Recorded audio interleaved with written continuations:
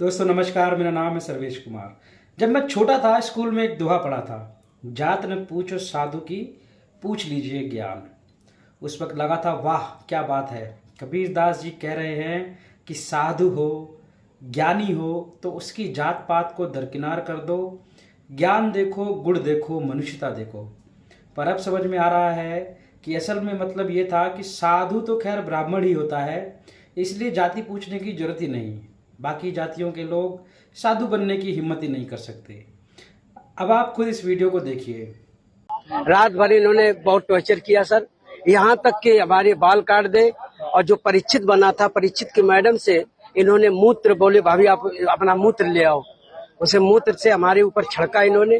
बोले ये अब पवित्र हो गए, ब्राह्मण के ये मूत्र तुम्हारे ऊपर पड़ गया, अब तुम पवित्र हो गए, अब बताओ।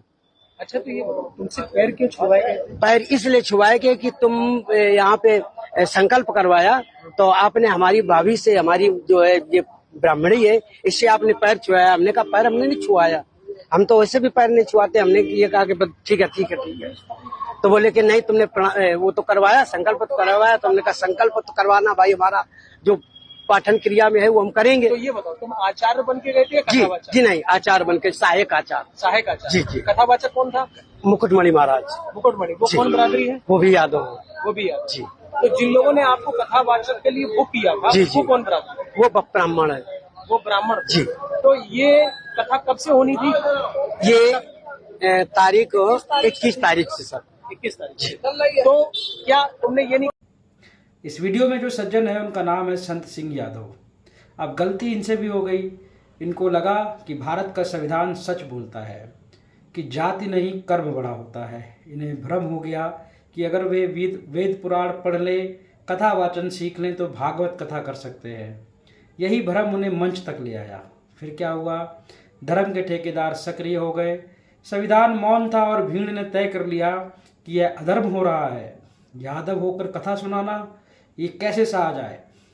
बाल मंडवा दिए गए, गालियां दी गई, मूत्र छिड़का गया और बर्बरता की सारी सीमाएं लांघ दी गई ताकि धर्म शुद्ध रह सके। पूछा गया क्यों भाई, भगवान की कथा क्यों सुना रहे हो? जवाब मिला क्योंकि मैंने पढ़ा है, सीखा है।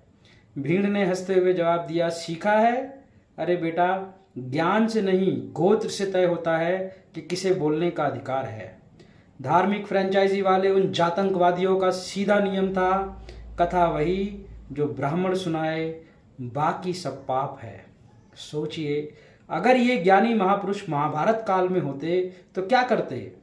श्री कृष्ण जब अर्जुन को गीता सुना रहे होते तो ये ज्ञानी सीन में घुसकर चिल्लाता, ठहरो, पहले बताओ तुम यादव हो, तुम्हें ज्ञान देने का अधिकार किसने दिया?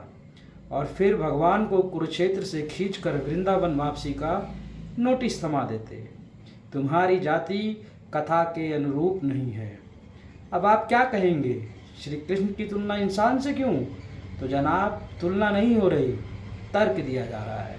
क्योंकि बात जाति की नहीं, उस सोच की है जो ज्ञान को जन्म से मापती है। जब मैं स्कूल में था तो मेरे दोस्त हर जाति से थे। हमने कभी यह नहीं पूछा तेरा टिफिन पहले खोलूं या तेरी जाति। हमने दोस्ती में धर्म नहीं देखा, जाति नहीं गिनी और ना ही माथे की लकीरों से इंसान की औकात तय की। पर आज जब समाज को देखता हूँ तो लगता है कि हम विश्व गुरु नहीं, जाति गुरु बनने की तैयारी कर रहे हैं, जहाँ हर मंदिर में जाति का स्कैनर लगेगा और हर धर्म गुरु से पहले गोत्र रडार चालू किया जाएगा। मैं उम्मीद करता हूं कि कानून इस पाखंड पर कठोर कार्रवाई करेगा और जैसे एक समय धर्म पूछकर गोली मारने वालों के खिलाफ देश खड़ा होगा था, वैसे ही अब जाति पूछकर ऊपर मुतने वालों के खिलाफ भी खड़ा होगा। धन्यवाद दोस्तों, स्वस्थ रहें और मस्त रहें और कोशिश करें कि इंसान बने। ब्राह्मण, यादव, कुशवाहा, जाटव तो बाद में भी बना जा सकता है।